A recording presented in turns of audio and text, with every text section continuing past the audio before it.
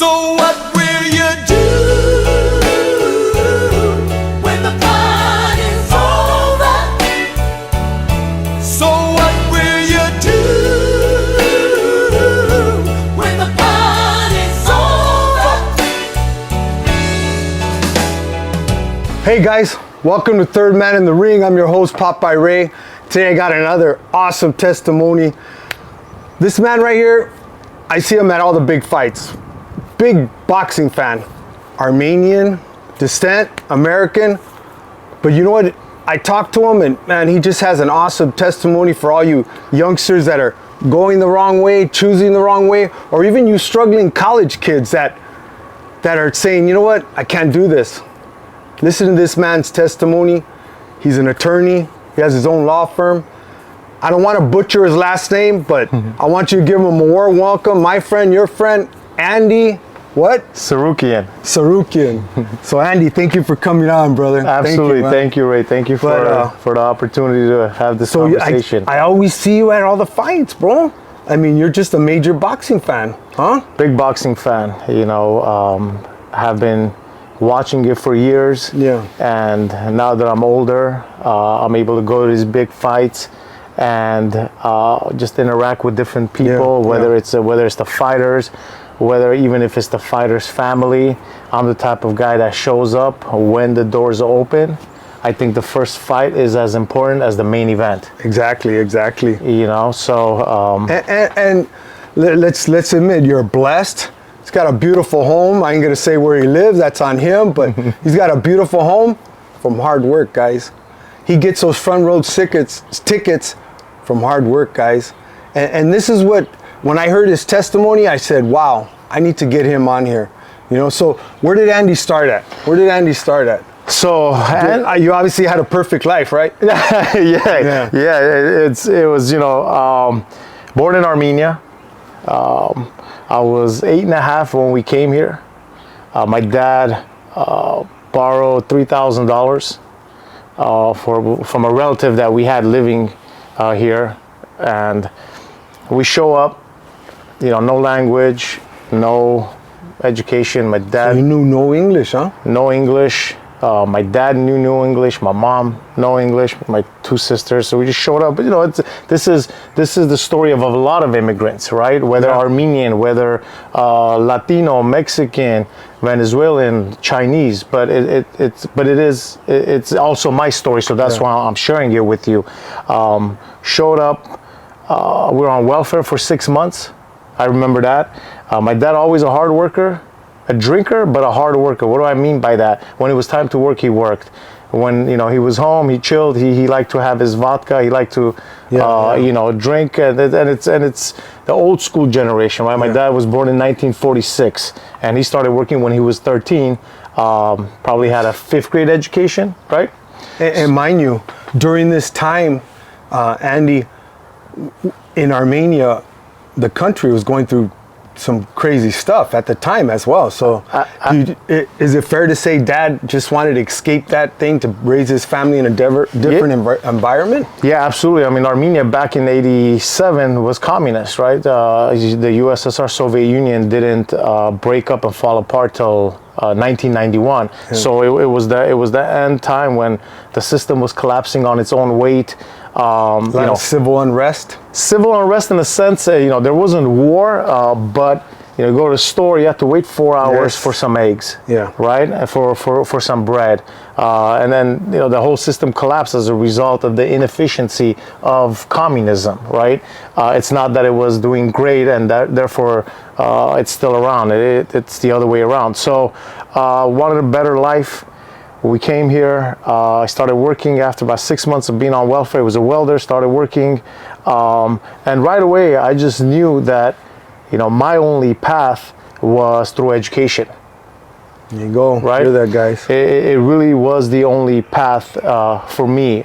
Did Dad install that in you, or you just felt that was I got to do this? Good question. So, my dad always watched Discovery Channel or the History Channel, right? That's the type of TV he watched, and in fact, he taped the entire O.J. Simpson trial.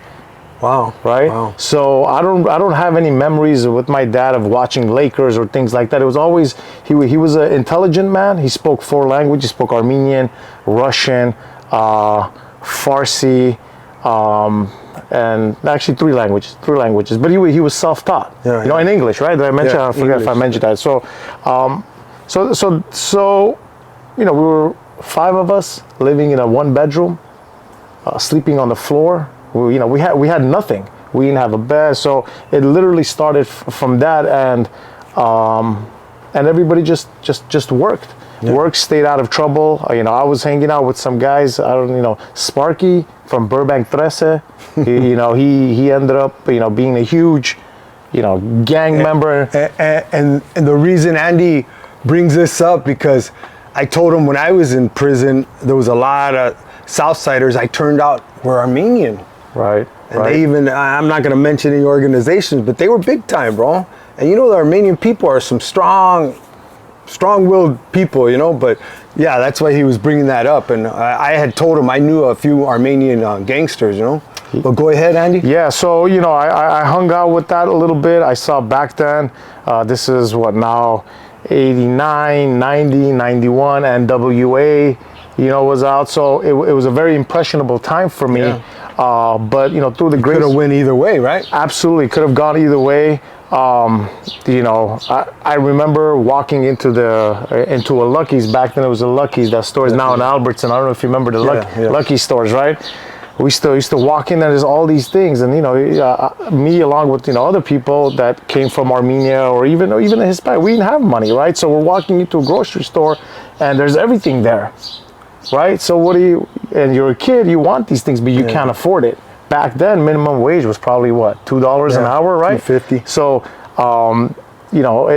So I remember stealing, right? I wanted some Twix candy bar. I couldn't afford it, so what do? You steal. It's sort of the easy way and the only way. And then you start to realize, well, the easy way isn't the only way. Good way of putting it, bro. Right? Good way of putting it. The easy way isn't the only way. There's different ways of getting what it is that you want out of life. So, I started school. I was very dedicated to school. Were your grades decent or good? Not to brag or anything, but my grades were always excellent, because from an early age, I realized that was the program for me, right? That's what it's going to take. That's what it is. So when I had homework, I did my homework, right? And the sad part of it was my parents, especially my dad, was never involved because he was working. He was either working, or when he was off, he was drinking. So there really was no encouragement to say? There really wasn't any encouragement other than... Or is it fair to say in that older generation, you know what you're supposed to do? Do it. Yeah, and then, my dad had this saying, is Armenian, but I'll kind of translate it. He said, whatever you do, you're doing it for yourself, right? Say that in Armenian for your Armenian fans. Yeah, so, it said, Ինչ որ անում ես քո համար ես անում, ինչ որ չես անում, էլ է քո համար ես անում. What does that mean? Whatever you're doing it for yourself, right? So if you're doing good, you're doing good for yourself. Like, you need to take care of yourself. If you're doing bad, you're just digging your own hole. Your own hole. Yeah. So that led me, and he reinforced that message, right? And that led me to further be convinced that I needed to do something positive, or else I was not. There was no handout. There was no bailout. You know what I mean? No future. Yeah. No future. Yeah. I saw. My mom was a seamstress. She had like a 2nd grade education. She got married at 18. And her whole life she was a homemaker, worked and took care of the house. She wasn't able to open up doors for me. The only door that she was able to open up for me, and which she did, was watching her struggle and put in that hard work. Props to mom, man. Props to mom. Absolutely, man. Absolutely. And this is, I feel like it's so true of so many immigrant communities. Yeah. The mom is sort of the rock and the foundation.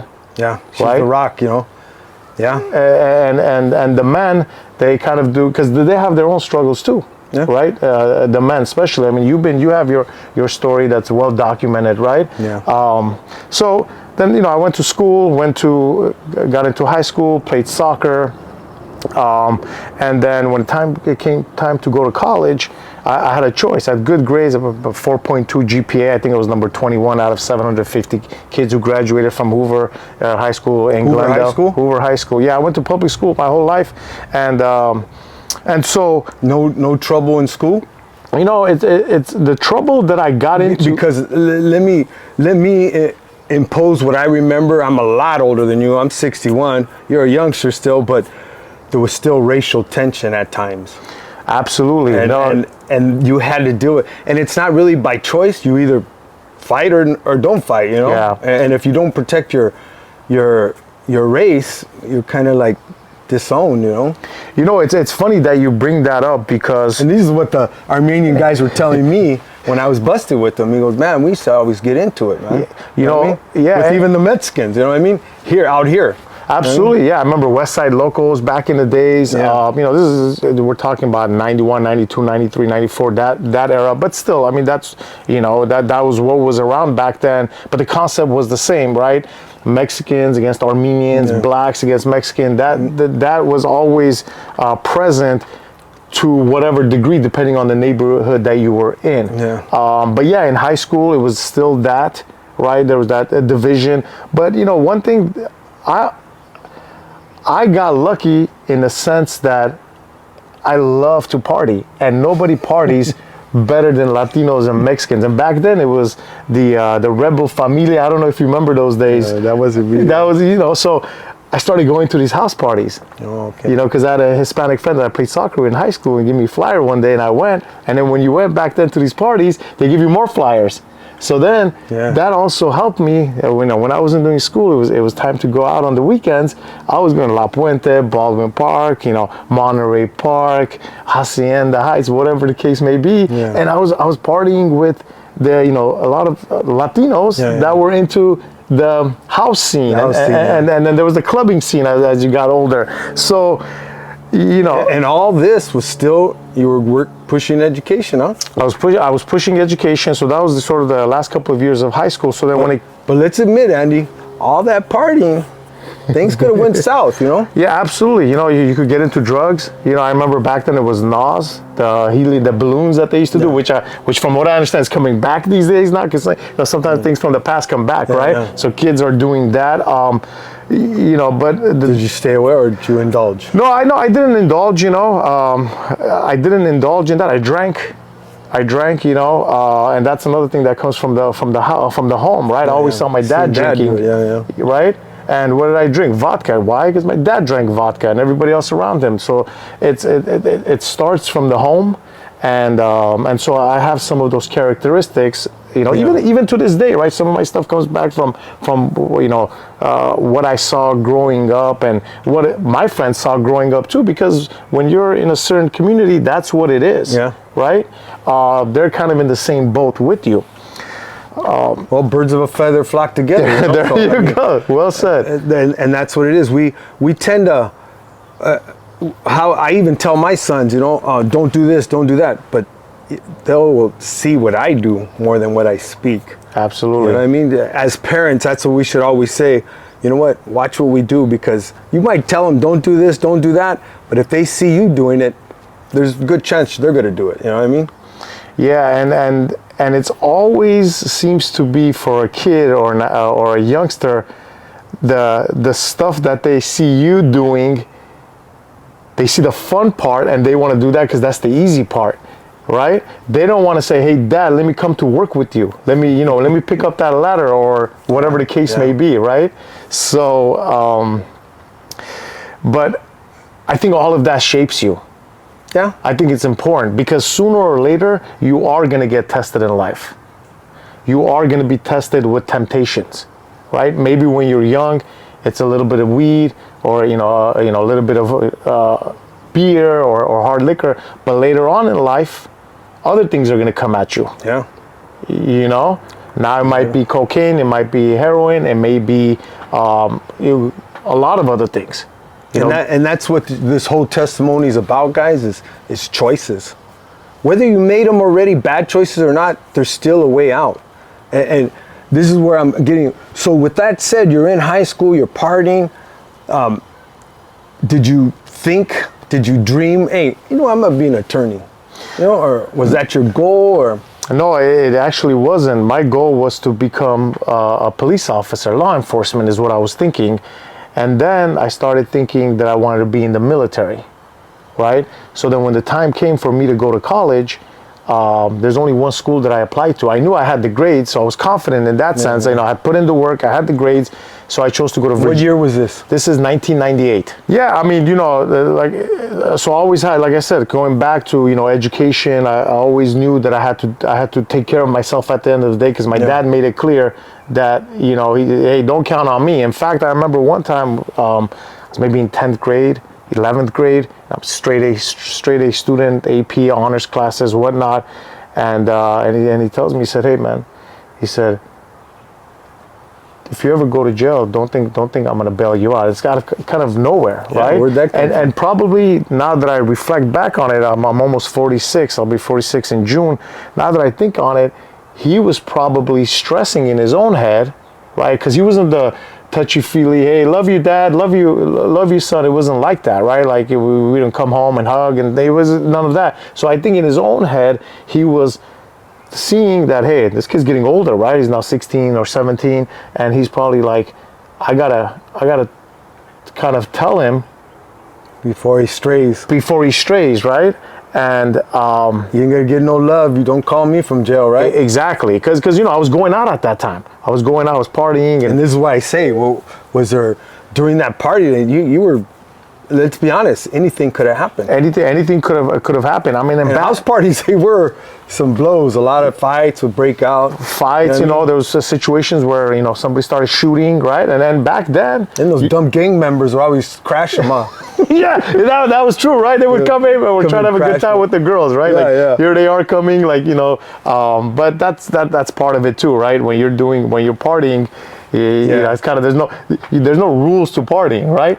A party's a party, sort of like anything goes, right? I mean, and so these guys, that was the way they party. That was their thing, right? They want to show up and show out. So is it fair to say, Andy, that you might have loved Dad, but it was a little rough?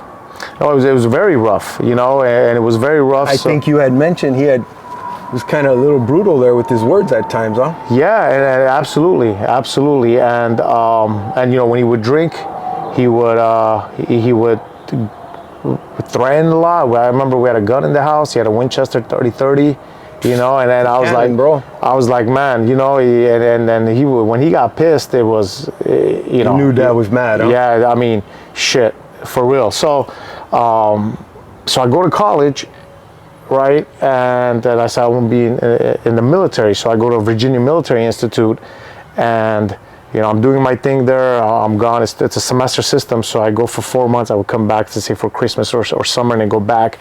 And I met a lot of good dudes, man. A lot of good dudes. I was the only Armenian there. The school was started in 1839. I think today there's been 5 or 6 Armenians on one of them. My nephew is another one who took after me. We could talk about that a little later on. So then things are looking up for me.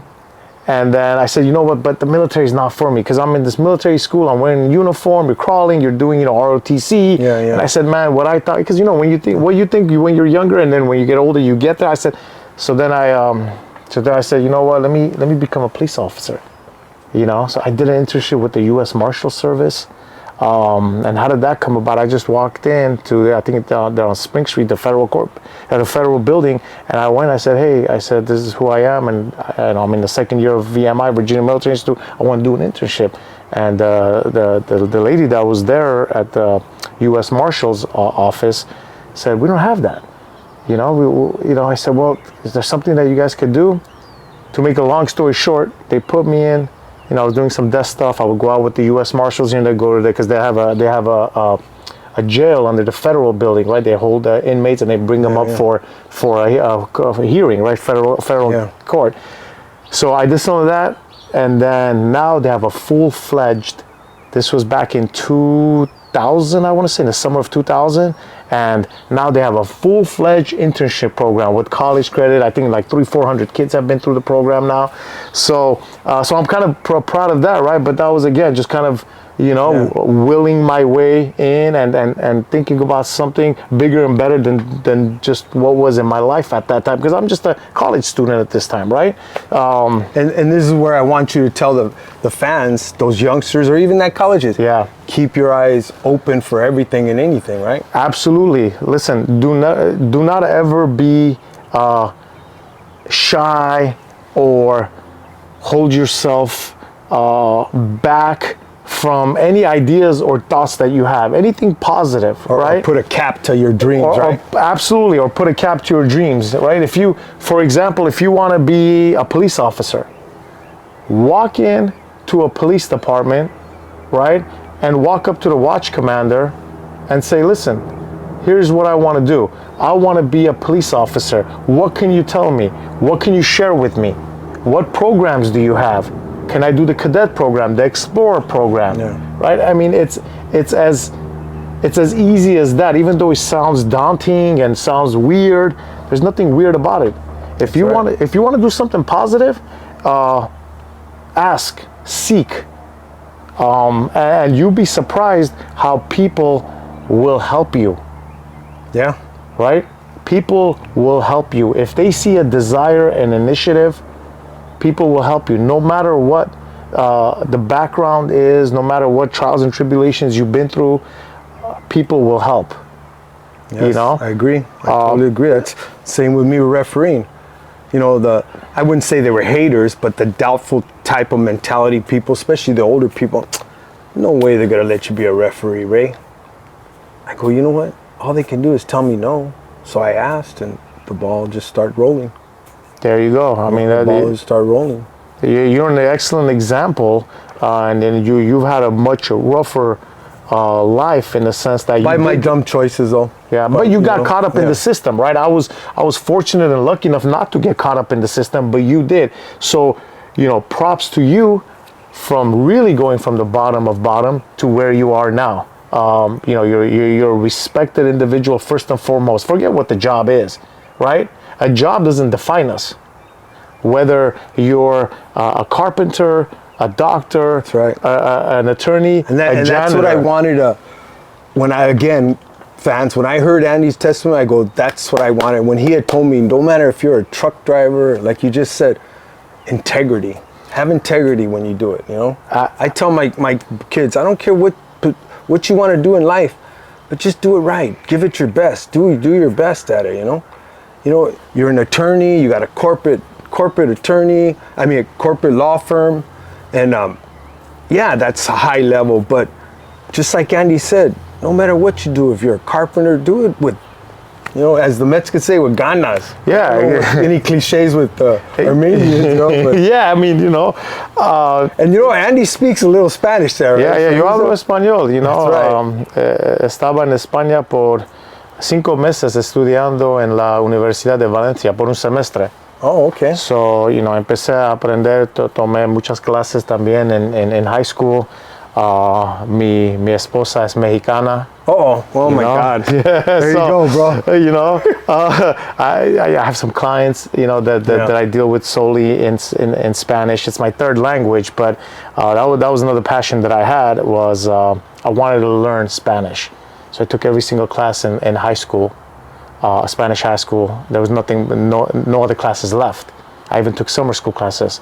And then when I went to college, I took some more, and then I studied abroad in Spain, like I just mentioned, in 2000, right when the Euro was coming out.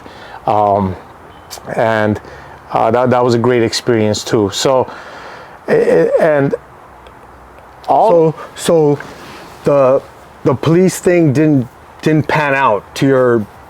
Was it you just said, maybe this ain't me, or? I'll tell you a story about that, right? So I graduate, I come back and from VMI, but during that time, I'm going through background investigation with Glendale PD. Oh, okay, so you applied with Glendale already. I had applied with Glendale already after I had done the internship with the U.S. Marshals. They weren't hiring at the time because the federal agencies work a little bit differently. They open up, testing and applications, and then thousands of people may apply, and then they close it, and then they process all of that. So at that time, they weren't accepting, and so I applied to Glendale PD. I did well on their written test, the physical. I went to military school, so I always try to keep in shape, right?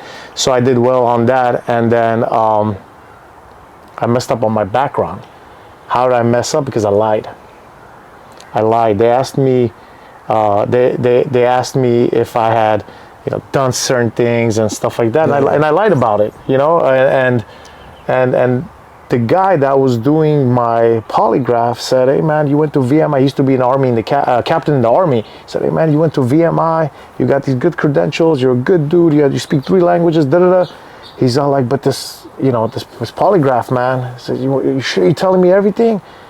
And I said, "Yeah, man." And I lied. I said, "Yeah." And several weeks later, I got the rejection letter. And that was, that was a huge blow. That was a huge blow. And so then I applied with LAPD, right? And before I graduated, we went to a club called Hammerjacks in Baltimore. And at that time, Baltimore was the murder capital of America.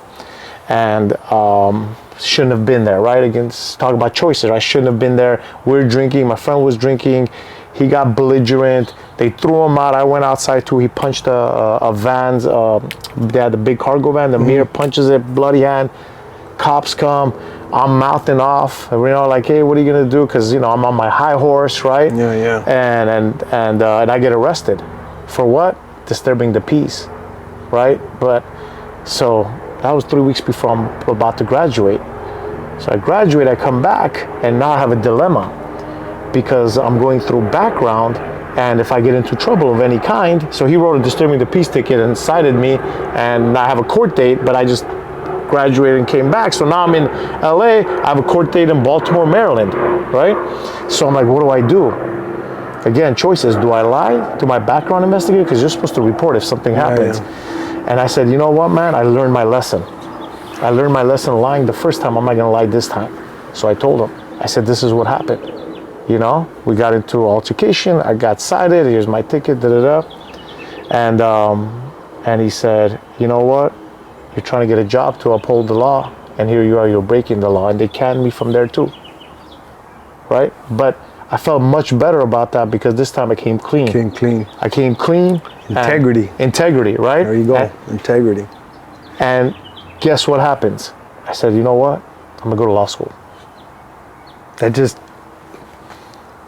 So because of that ticket, and his name is Officer, I think Mingo, and I had called my friend who is now second in charge of the U.S. Marshals for the Central District, which is a bunch of counties out here. The federal system is a little bit different than the state system, but he's number 2 in charge. Back then, when I was doing the internship, I said, hey, can you find out? Because I was calling the court, and they're like, we don't have a record of your citation. Because I'm like, damn, I got to go back and appear for this.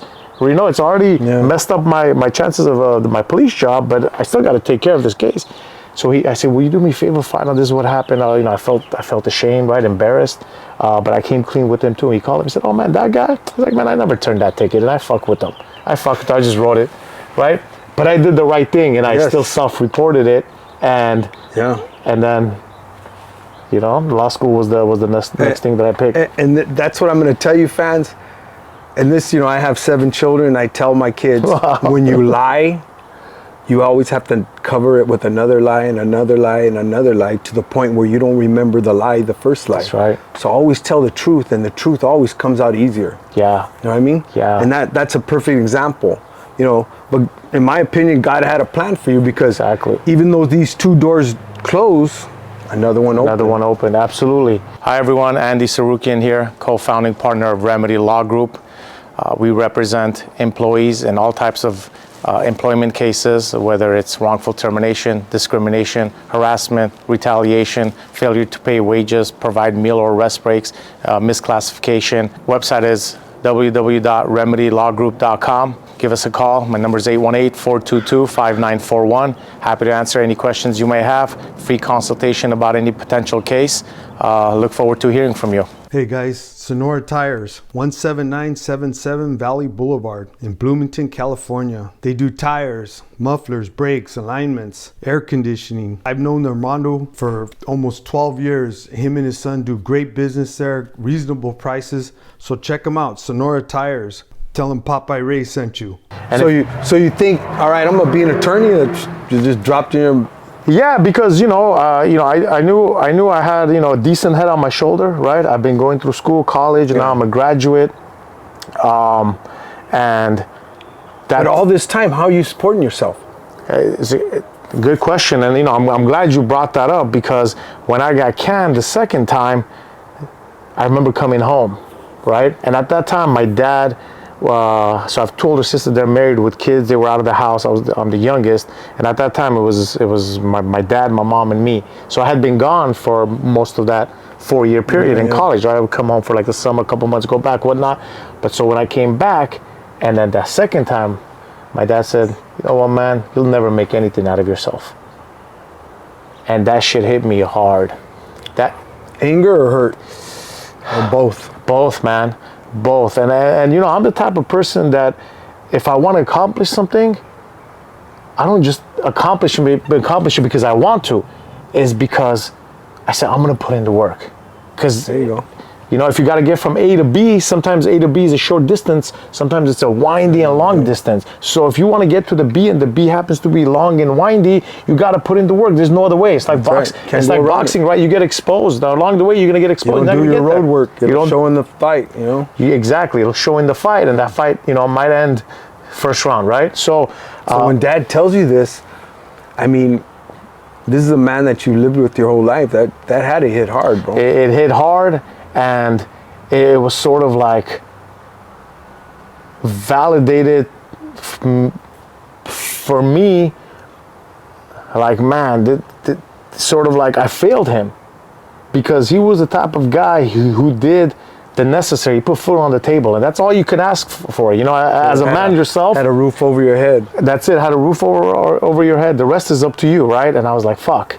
This guy came from Armenia with nothing, seen him work his ass off, never made any real money. We're living in an apartment. I'd never lived in a house till I bought my own house, years later after I became an attorney. And so... What a house, guys. Thank you. That's another story, though, but... Thank you. So then that happens, and then he divorces.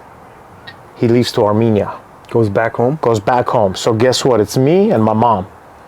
And we got an apartment. I have no job because at VMI you can't work. You're at a military school. It's programming, right? Yeah. All the time. You do parades. You do military drills. You have your full college courses. You can't leave campus. You see what I'm saying?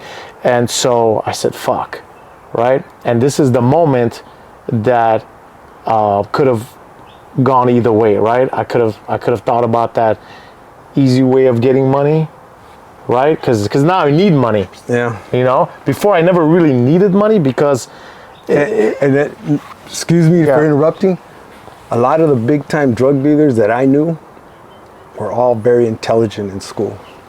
And that's only to say, if you knew you could have made money, bro. Yeah, and so at that time... Choices, guys. Yeah, it was another choice that I had to make.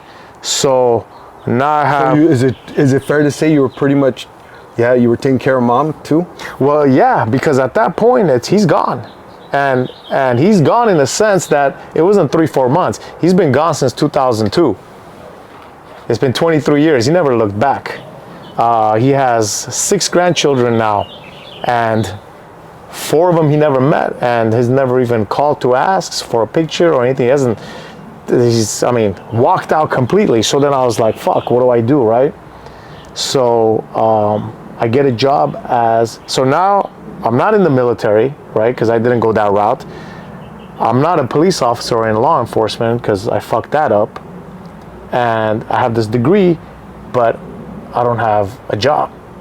So I get a job. That can be discouraging. Yeah, absolutely. Can be discouraging. And I have student loans, right? When I said I didn't need money when I was younger, meaning I lived a basic life, right? A lot of people, right? We lived in an apartment. Yeah. You know, you wore the same pair of shoes till You had no other choice. no other choice. Then, you know, if you're lucky enough, you went to Payless. Yeah. Right? Remember Payless? Got, you know, British Nights or something like that, right? So, so then now I need money because there's rent to pay.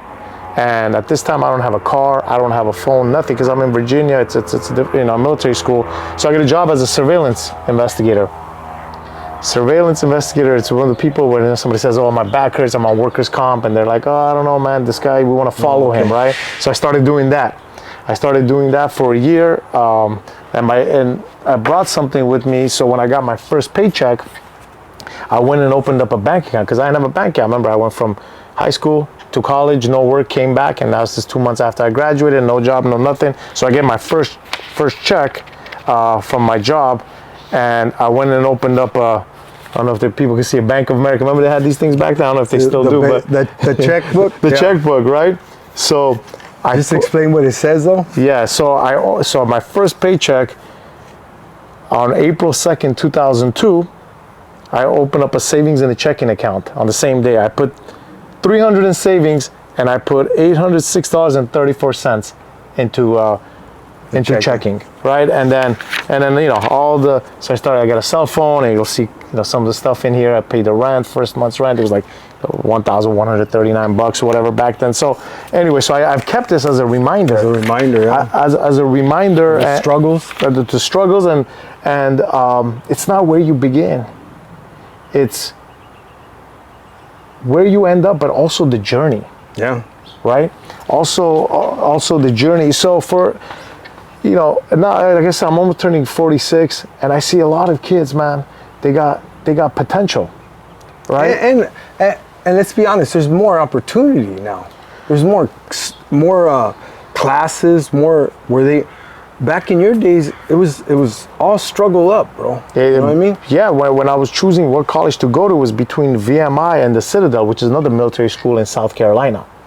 You know, and I went to the library. They had this program where you could pull it up and it compares, you know, the different aspects of the school. Yeah. Like this school has a study abroad program, this one doesn't.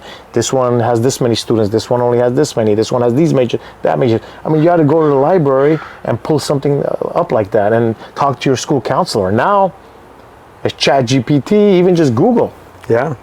Right, there's so much information, there's so much resources. Exactly. So you know, and then from there, I started paying the rent. I did surveillance for a year. Then I started working at UNAM as a claims examiner for short-term disability and long-term disability claims. Then I applied to law school. I got into law school, and I kept my job because I had to. So I applied for the evening program at Southwestern Law School. You were working during the day and going to law school? Yeah, absolutely. Hey, bro. Absolutely. You know, and then we moved. That's heavy, man. Yeah, and you know what? It's just about setting that goal for yourself. And knowing that sometimes from A to B, it could be long and curvy, right? Yeah. But you just stick with it. You stick with it. You have a goal. You don't get distracted, right? You can still have your fun and your friends and things like that. But when it's go time, just like in your job, Study right? time, you gotta. In between, when you're reffing, you're chit chatting with fans, with the commission, with the judges, right? That's your downtime. But when it's go time, you're all in. You're focused. Yeah. And you know, did that, graduated, passed the bar, worked. First time you passed? First time I passed the bar. Man. Thank you. And that was the only time when I didn't party and I didn't go out, was when I was studying for the bar. Like that was Monday through Saturday, took Sundays off. How long was the stretch to take the test before you took the test? I studied about 2.5 months, 3 months. You study. Then you went for it. Yeah, and then back then the bar exam for California was 3 days. 3 days. Now it's 2 days. Right? So there you go, guys. That's another, you know. There you go. Tell them, man. One day less. You know, these opportunities exist, and we need everything that you could think of. We need, whether it's attorneys, judges, whether it's advocates, whether it's, you know, plumbers and carpenters, your blue collar, you know, the military's hiring, you know, so don't ever think that you are not needed or you are not valuable right. to society, because you are. You know, if it wasn't for people like you, Ray, the reffing, these kids wouldn't have the fight. They wouldn't have an opportunity to make their earning and their living, right? So to keep them safe, and, you know what I mean? Right, you're part of that, right? That you're a part of something bigger.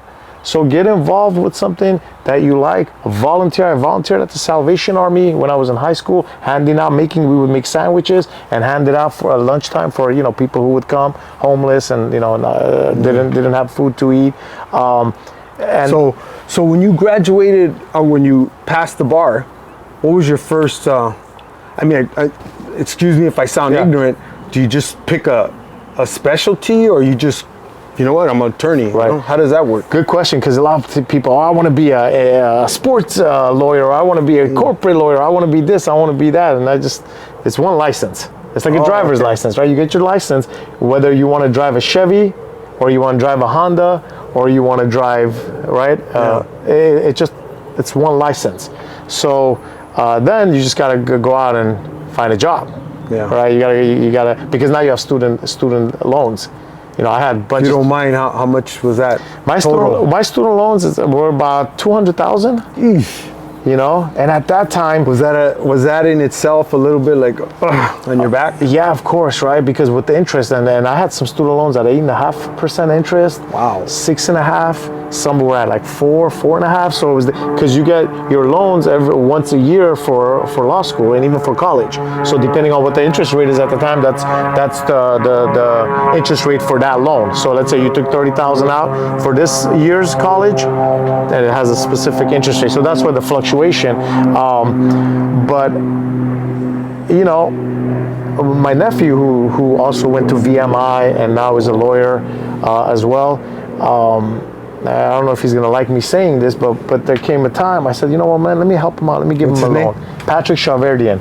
Patrick. Yeah, Patrick. This is to you, Patrick. Yeah, he calls himself Pat the Bank. You know what I mean? There you go. Yeah, he's you know, really good kid. Doesn't smoke, doesn't drink, doesn't party, works out. You know, really focused, and because you know, I've instilled that in him. I said, listen, this is the way I did it.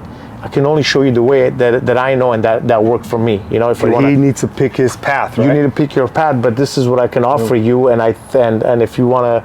Well, is it fair to say you mentored him? Oh, absolutely. Yeah, because you told him obviously the do's and don'ts, how to go, you know, pick this school, don't pick that school, this one, it will help you. Yeah, absolutely. And this is what it's all about, fans, you know, positive testimonies. But you already heard, it wasn't a cakewalk for Andy. It wasn't a cakewalk. These are choices we can make.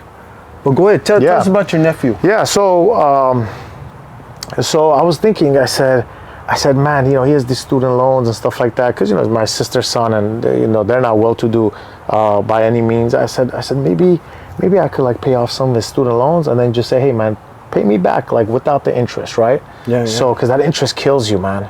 You know, you just in everything. It's the worst thing you could get. That's how they get you, bro. That's a credit card interest, like, is the worst, right? Yeah. So but I said, you know what, man? I said, I'm not gonna do it. I said, let him struggle. Let him realize that life is full of choices and consequences, right? I said, let him learn that. You know, let him learn that. Let him know that if he's making X amount, let's say, if he doesn't have that $300, $400, $500 a month in interest, you know, to think that he could go and do A, B, C, D, E, right? Because that A, B, C, D, E, when you're young, you might go out and get a watch. You might go to Vegas. You might start some gambling. Crazy car that. Right, exactly. Like, really, you really need that? Yeah. So I said, you know what? Let him learn responsibility. You know, and that's something that I think sometimes parents get in the way of their kids, because they give so much that they never give an opportunity for the kid to kind of realize, hey, what happens when that giving stops or is no longer there? Right. It's funny you say this, Andy. This is my opinion of the kids today. You know, we have baseball leagues where everybody gets a trophy. Yeah. There's no winner, there's no loser. They don't keep score. You know what? it's okay to lose sometimes. And Absolutely. you know what? Losing is going to build character. You know what I mean? And it's sad that you know, like you're saying, if you would have paid that off or paid it or let him not have no struggles, imagine he might have been a different person. I mean, he still might have turned out good. Sure. But when you have struggles, when you have somebody tell you no or a door close on you, Forces you to think. you know what I mean? Yeah, and that's so important. You gotta have your own struggles. You know, there's no cheat code to life. Yeah, if there was, everybody would do it. You know what I mean? And you know, you had asked me earlier how I feel about my dad. You know, obviously there was times where I saw my people, you know, that were my age, hadn't even gone to college, they're driving a nice car, BMW, whatever, and here I am, my first car was a salvage Civic CX, and I don't know if you know what a CX is, but it's stick shift, no power windows, no power locks, no AC, reach over and no AC. Yeah. It only had a heater. And it was a salvage title car that I bought for like $3,800. It's in there, and the car sat kind of like this. You know what I mean? But Still trying to act cool at times.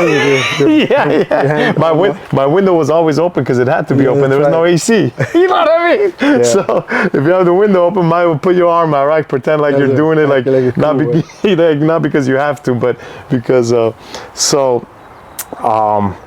yeah, and going back to my dad, you were asking, you know, and now I love the guy.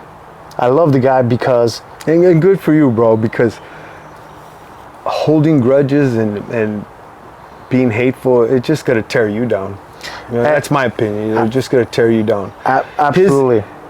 Your dad, whether we want to agree with it or not, whether we want to say, yeah, he installed something, a drive. He installed that drive, as much as your mom too. Yeah. You know, being a seamstress, no education. Your dad, his harsh words, you could have said, you know what, F it. I'm just go get high, get into Armenian mafia, you know, get into all this gang stuff, the drug dealing, and you might have done good in that too. But the consequences would have been totally different. Yeah, we will totally different. So as much as we don't want to say we wish it wouldn't have happened, at the same time, Dad installed that drive in you, bro. And you know, one thing that I've heard maybe several years ago that I always remind myself, there's always opportunity in a crisis. Always opportunity in a crisis. So if you think you're going through something that's, you know, horrible, terrible, and it may be, but there's always an opportunity there, whether it's, you know, to go through that and make it out the other end, or to start thinking of a different way or a better way, or, you know, hey, I need to stop doing this, or I need to start doing that, right? Whenever, no matter how down you are, you could always go up. You could always go up from that, you know, and it doesn't have to be overnight. Nothing, you know, people see people's success, and that's what they see. They don't see what's behind that, or the years behind that, right? I'm sure when you were reffing, your first fight wasn't in some big arena. No. Right? Basic club show. The basic club show. You're right. You know, the struggles that we have, they could either, you know, like the cliche say, is it gonna make you, or is it gonna make you, or is it gonna break you? And I hope it makes me. You know what I mean? Absolutely. You're gonna have down days. You're gonna have doors closed on you. You take a day. You know what? I'm gonna think this over. And what other path can I take? But with that, Andy, I mean, now you got a law firm. Yeah. Where did the boxing come in at? You're a big boxing fan, bro. I see you at all the fights. Yeah, no, I have so much respect for what these guys do. Right? And you would have been a good fighter, bro. You know, just with your work ethic, you would have went somewhere. With your work ethic. I don't, you know, I love the work ethic and their drive, right? Yeah, I mean, imagine a living where you're taking blows to the head and to the body, and you keep going. You boxing fans know the Armenian community, when their fighters fight, whether it be in California, New York, Vegas, The Armenian community come out deep, bro. I did a fight just last year. It was supposed to be the fight of the year, but I think it got beaten out by Neri, and I can't pronounce his name. I think was it Azad Hovnasian? Yes. Hovnisian? And man, it was just, I didn't know how to stop that fight. The Armenian just kept coming and coming and coming. He was landing his blows. He was landing, putting his damages, but he was taking a lot of damage. And I go, how can I stop this? Do I really want to stop it and take this? Because he was like one punch from turning the tables on Neri. On Neri, yeah. Literally, one punch. Neri would land 5, the Armenian would land 3, hard. But it just amazed me that through all the years, well, Ronda Rousey, her trainer was Armenian. Yeah. You know what I mean? And his gym over here, I came to it a few times. The Armenian community is strong. The fighters are just, they'll die before they give up. And I've always noticed that through all the years, the Armenians are strong, But I've always seen you at a lot of fights. Any fights in particular that just come to mind that you just really, really enjoyed watching? It's a good question. Yeah, so I love boxing. I love what these guys do, and part of the reason why I go is I want to support these guys. Yeah. You know what I mean? I want to pay so that they could, because everybody needs to eat. Everybody needs money, right? And by showing up, it's entertainment, right? You're enjoying it for yourself, but I'm also helping out somebody. I'm also showing support and encouragement, And I like to get there early. The guys who are just, like I said, just starting out. Yeah. Sometimes you see the mom there. It's the first fight, second fight, whatnot. You cheer for them, clap for them, because boxing is a great analogy to life. So people, from lesser means in life, right? Like you don't see billionaire's kid, multimillionaire's kid fighting. It's always people who from tough lives. Come from tough lives, And how can I not support that, especially when I respect it as well. So, and it's fine to support your Armenian fighter, Mexican fighter, Puerto Rican, black, but we just need to support boxing as a whole, because these guys are literally fighting for their life. Yeah. Right? And so, but going back to one of the fights that it was, I think, Brian Norman Jr. versus Santillan in San Diego. Was it San Diego or the Kia Forum? Oh, yeah. Right? Yeah. And Santillan had just demolished Rocha, right? And I was at that fight too. So that was Brian Norman Jr. is a great fighter. Man. He just won again and knocked out, I forget, he fought like a month and a half ago in Vegas. In Vegas, right? The title. Yeah. Tough kid, man. Tough kid. Got great hands. Yeah. He demolished something. He demolished, and I mean 3 times. I think he dropped him. It was a fantastic performance. So that's somebody that I'm looking at. Right hook Roxy. There you go. I was speaking with her maybe 3-4 weeks ago about a sponsorship. Put me in touch with the attorney, Charles Liu, who was also at the fight where I last saw you at Commerce. She's a terrific person. I talked to her for about half an hour, and she said, "Andy, I'm going to become a champion." And this, I think I've been to 3 out of her 4 fights, just, as part of the card that she's on, because I think she's 4-0 now, and she just happens to be on the undercards of the fights, and she's a terrific person. I saw a mom afterwards. Attractive young girl too. Yeah, good for her. I think, let's be honest, I think that's what makes her stand out as a fighter. She's an attractive young girl, and sometimes we tend to think, can that girl really fight? But she can fight, bro. Yeah, she got hands. she got hands. Yeah, and then she's local, so it's great. Who else? I mean, I love Floyd Mayweather. His work ethic, his determination to the craft. Great footwork. Yeah, man. People can say what they say about the politics and picking and choosing, but his fight with Arturo Gatti. Oh my God! Right, and Gatti was a dog, man. Like you had to hit him with a sledgehammer, bro, to take him down. So and more than anything, it's the work that they put in is so difficult. There's nothing easy about. You can't listen. You could be a basketball player, right? Be a little bit overweight, go to the next game, no problem, right? You can even party the night before and probably go to the next game. They're not going to weigh you. You don't have to make the weight cut or anything. A football player, same thing, right? But boxing is just it's a lifestyle. Once they step in that ring, it's all them by themselves, man. You can have a cornerman, but you're in there all by yourself, bro. Yeah, and there's no pads, and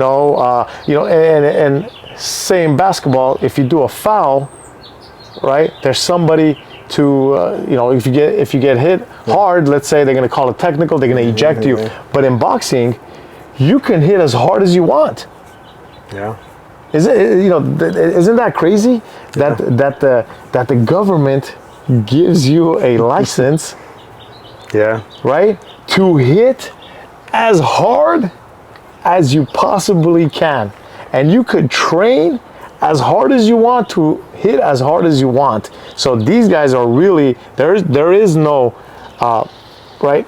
Obviously, if they do a low blow or something, you jump in and right, you could do that. But you can't say, hey, that was too hard. You can't do that next one, right?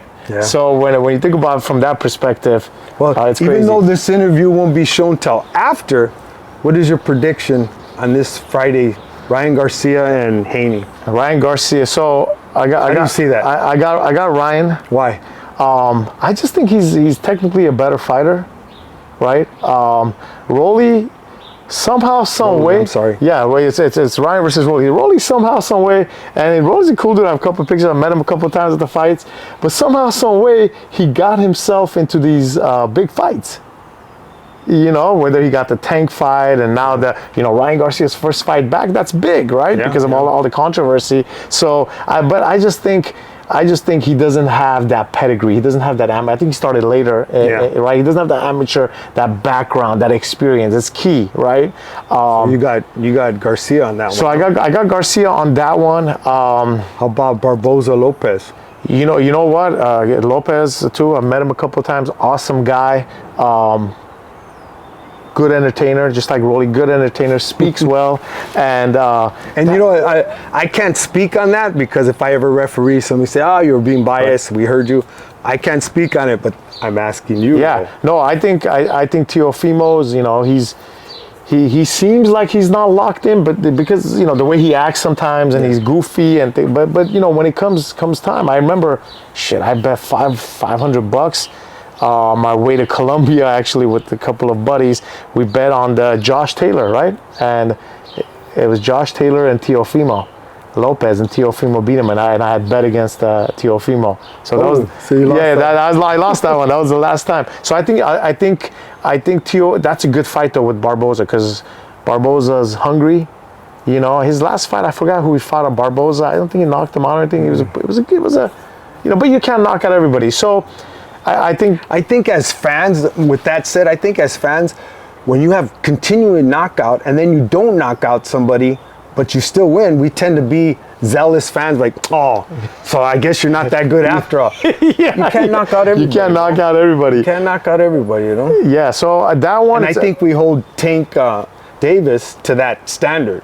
Yeah. Oh, you didn't knock him out, because he's so high up here in the echelon of boxing.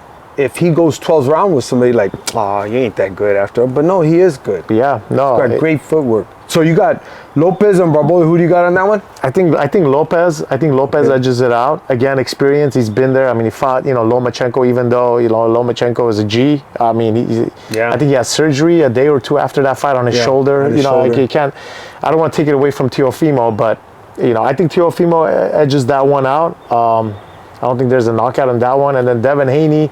And Ramirez. Yeah, and Devin Haney, I met his dad in Bahamas. I met Devin Haney a couple of times. Pachanga when he was first coming out. Another excellent work ethic. Fighting Ramirez. Fighting Ramirez. He's been at the top, but I'm thinking from what the boxing echelon are saying, his career is kind of like on the down low.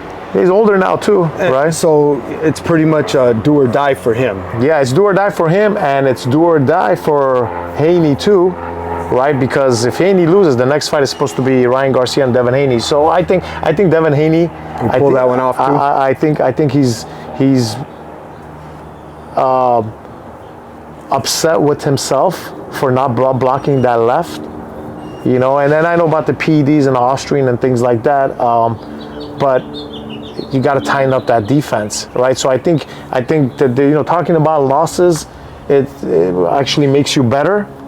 I expect that the loss to Ryan Garcia, because now he's going to go in there and not only work on that left, but work on anything else that was lacking, even though it wasn't the knockout or knockdown punch. They're going to watch that film over and over again and tighten up everything, and they've had a year to do it. What do you feel as a fan about the hype with his dad? Listen, Bill, I don't know if you've seen the weigh-ins, the press conference yesterday. Him and Oscar had words, you know. Listen, Bill is a story, man. I think Bill did time, right? I think he did 10 years for drug dealing, and he couldn't go to Australia for the Haney Kambosos fight. Canada's the same way. You can't go in there if you're a felon, ex-felon. Ex-felon, yeah. And so he rectified that situation. He was able to go last minute.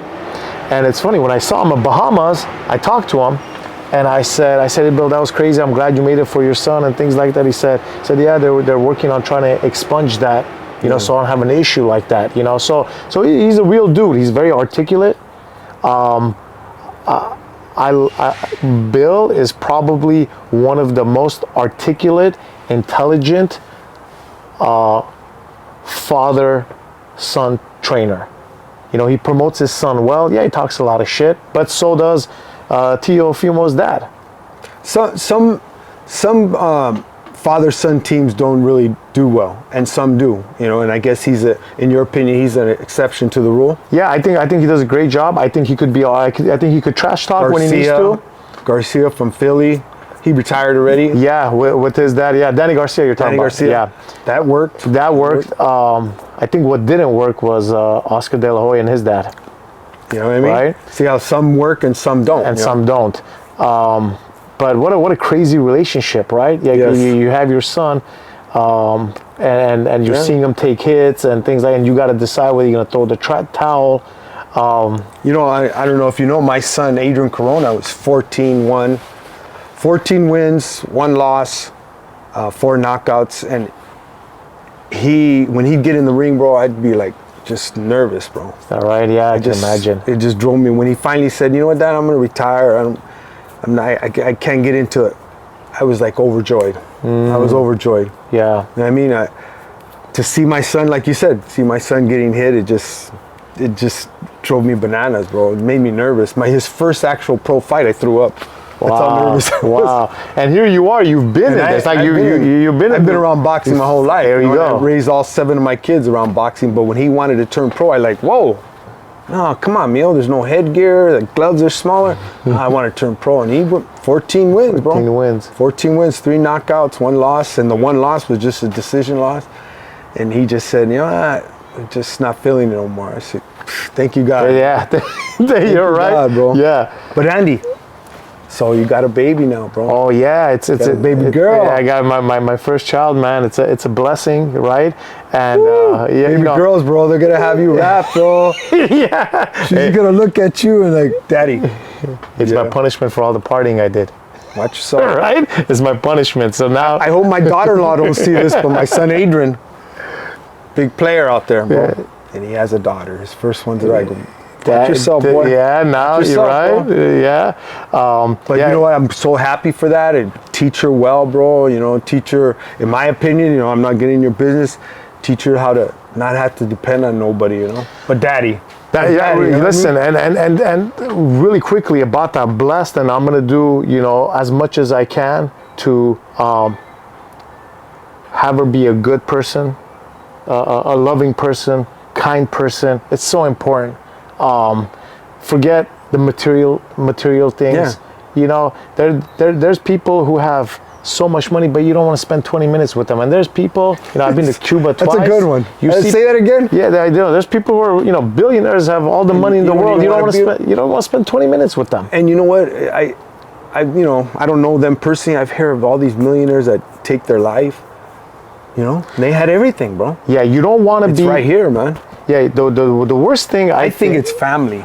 is family. You never want to be money rich, friend poor. You know, like I said, I've been to Cuba twice, third world country, poverty. I mean, you name it, like they have it. You think some of the neighborhoods here are bad, meaning in LA, like Compton, over there, it's a different level of poverty. And some of the happiest people, man, because they're content with what they have. Yes. And always people think, oh, you never want to be content. You always want to strive for more. That's fine, but content is not a negative thing. It's not a derogatory term or a bad ghetto term. mentality. It's not. Be content at where you are and what you have.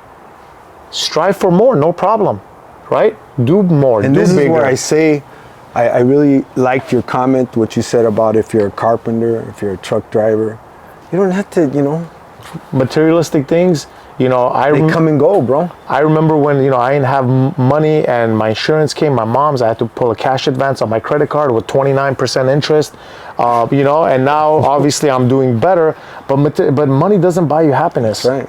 It really doesn't. It's the connections you make. So that's what it's about. It's the connections you make, the people that you have a story. For me, right? I've met people who are very successful, have a lot of money, drive the Rolls Royce, have a private jet, but sitting across from people who don't have all of that, you'd be surprised how interesting that is in its own way, right? So it's about who you are, not what your job is. Your job is a means to make income. Yeah. But who you are fundamentally as a person, that follows you. You can't be a doctor at 90 years old, right? But you can't be a ref at 90 years old. No. But you could still be Ray Corona at 90 years old. Does that make sense? That's right. Yes. Right? So it's all about being, working ourselves, being a good person, respecting other people, especially people who are of lesser means than you, who are not as fortunate as you. And that's where I want to come to our closing here. Andy, what do you want your legacy to be when you finally go home to the Lord? What do you want to be known as? That's a good question. You're still young. Yeah. You're still young. You're still a go-getter. I want to do a better than what I was dealt, and how I had to go through my struggles. I want to pay back. I want to help people that deserve the help, that need the help. I do employment law. We represent employees, right? I used to work at a huge law firm in Jackson Lewis, downtown LA, 1,000 attorneys across the country and like 55 offices. We defended lawsuits against employers. Now we represent employees against the employer, right? And some of the stories, I had a Latino guy called me, testicular cancer, 43 years old.